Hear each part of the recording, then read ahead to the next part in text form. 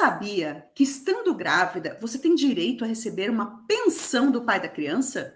E se você não souber quem é o pai da criança, será que ainda tem esse direito? Tem que fazer DNA? Se você quer saber de tudo isso, fica com a gente que a gente vai te contar.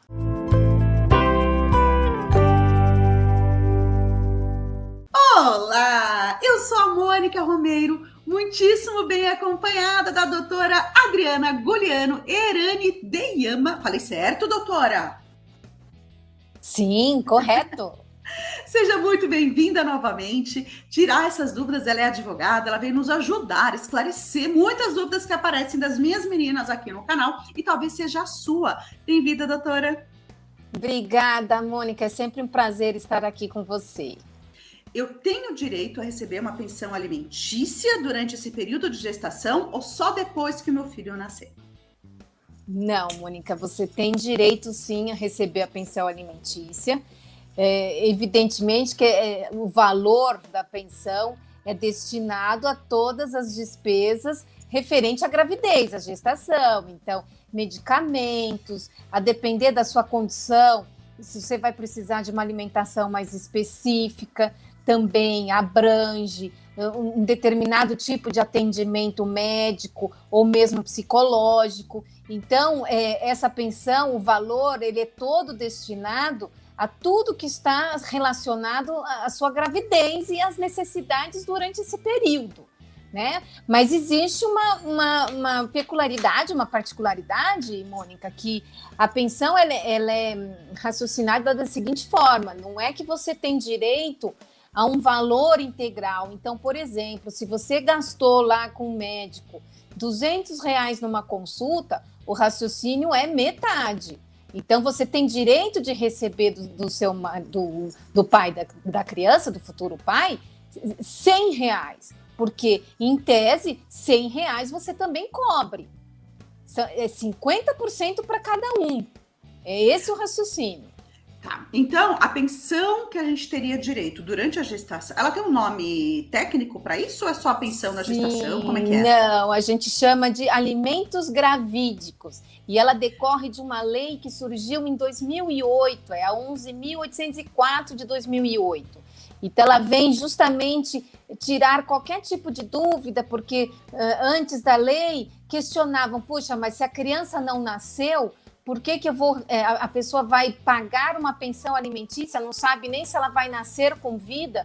Então, para suprir essa dúvida, surgiu a necessidade da lei, o legislador enxergou que realmente isso causava muitas dúvidas e, ao mesmo tempo, onerava demais as grávidas e conseguiu trazer um instituto que se chama Alimentos Gravídicos para equilibrar essa situação.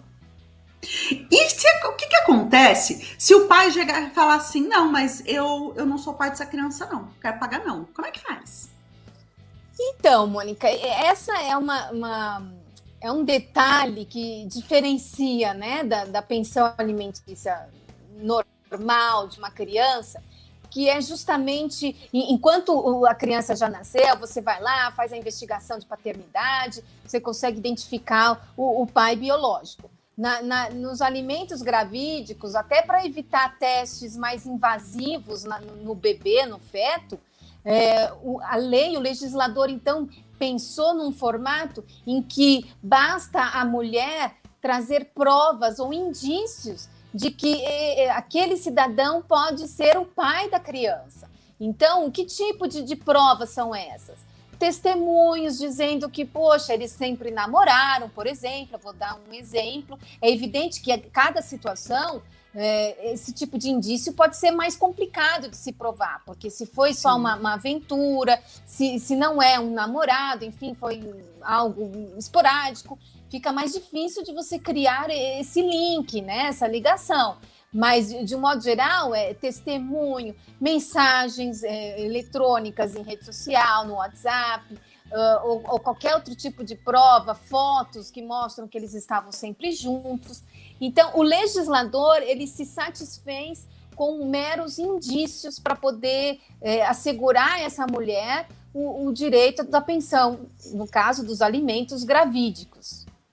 E aí, depois que esse bebê nascer, aí o pai pode pedir, por exemplo, um teste de DNA para confirmar ou não a paternidade, né? Sim, ele pode, e uma vez constatando que de fato ele é o pai, lógico, esses alimentos gravídicos se transformam em pensão alimentícia. Mas o que tem um detalhe a ser esclarecido para todo mundo é que não adianta a mãe achar que fulano é o pai. Ela tem que ter indícios, não pode ser um mero achismo. Ela tem que, e outra, ela tem que ser muito sincera dentro de si com seus propósitos, porque se for descoberto alguma má intenção de querer prejudicar alguém, poxa, ela sabe que não é o pai da criança, ela sabe que ela teve outro relacionamento, e mesmo assim ela pediu esses alimentos, esse cidadão que custeou, ele terá direito de uma indenização. Ele pode buscar isso na justiça. É lógico que nessa situação, esse homem terá que provar que realmente ela sabia, vai ter que provar o dolo dela e a culpa dela. Né? É um processo difícil, mas é importante a gente saber isso, porque a gente tem que ter responsabilidade na hora de se reivindicar esse tipo de direito, né? Mas, ao mesmo tempo, eu estou fazendo aqui perguntas que tá me surgindo, hein, doutora? Qualquer coisa, você me avisa. Mas olha aqui, eu tô achando... Vamos lá, eu tenho o pai número 1, que vou chamar de João, e o pai número 2, que é o Pedro. Eu tô na dúvida desses dois. Eu não tenho certeza. Eu poderia pedir pensão gravídica mesmo assim, se eu tô na dúvida do Pedro e do João? Então, você vai cair numa situação complicada ao tentar provar ou trazer qualquer tipo de indícios. Você não precisa de uma prova robusta, mas você vai ter que trazer qualquer tipo de elemento que indique que aquele cidadão pode ser o pai da criança. Então, é possível sim que você encontre maiores dificuldades para trazer esse elemento para o judiciário, que esses alimentos gravídicos você consegue por meio da justiça, né? A pessoa pode, por livre e espontânea vontade, ir lá e ajudar e auxiliar, mas quando há uma certa resistência, a mulher precisa se socorrer no judiciário. E a justiça, então, ela vai te exigir o mínimo de indícios. Se foi casual, não tem prova de nada, realmente fica difícil essa mulher conseguir essa pensão. É importante ter. E no final das contas, se for um relacionamento mais ou menos estável, ainda que a gente não esteja falando de um namoro, de um comprometimento mais sério, algum indício vai ter, não é? É um ficante, vai ter algum indício ali, uma troquinha ali no WhatsApp. Mensagem. Uma mensagem no WhatsApp, por exemplo, se o médico consegue precisar mais ou menos que dia que foi, que mês que foi que ela engravidou. Se por acaso ela tem ali uma mensagem naquele dia falando com o João, por exemplo, ou com o Pedro, falando, olha, então vamos marcar então da gente se encontrar, vamos sair no dia tal. Pronto, isso já é um indício, porque a gente tem aí algo meio conclusivo. Ele marcou para sair à noite, enfim, ou não, e foi justamente o mesmo período em que o médico pressupôs ali, dentro de uma explicação científica, que ela engravidou. Então, quer dizer, isso é um indício, pode acontecer. Agora, a mãe, ela vai responder, ela não precisa acertar necessariamente. O problema é se ela age com uma fé, com dolo, né? Uma fé, eu quero pedir, como aquele cidadão lá é rico, então eu vou pedir pensão para ele, mesmo sabendo que não foi ele. Sabe uma coisa que já aconteceu aqui? Uma vez eu recebi uma mensagem de uma menina contando um histórico dela de relação que ela teve com 2 rapazes. E por todo o histórico dela, o primeiro rapaz, vamos dizer assim, é o que tinha maior probabilidade, atenção para essa palavra, tá? Probabilidade de ser pai. Sim. A gente não consegue ter certeza quando a relação tem um intervalo menor do que 10 dias. É impossível ter certeza, só com DNA. E a probabilidade era muito maior que fosse do rapaz número 1.